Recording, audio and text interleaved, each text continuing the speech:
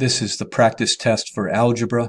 Here we're working on problem number 7, and the problem says if x plus 4 equals 12, what is the value of x?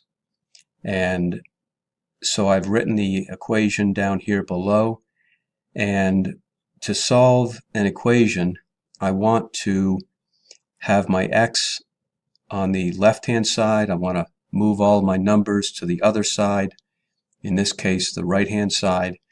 And so whenever I want to move a number, I put the same number underneath it with the opposite sign. I want to move the minus 4 over to the right-hand side of this equation. So I'm going to put minus 4 underneath it. And what I'm doing here is I'm subtracting 4 from this side. Whatever I do on one side of an equation, I have to do the same thing on the other side to keep it equal. So I'm going to subtract 4 from both sides. When I do that, my x comes down. 4 minus 4, these cancel. I have to bring my equal sign down, and 12 minus 4 gives me 8. And 8 is the solution to the problem. Letter D.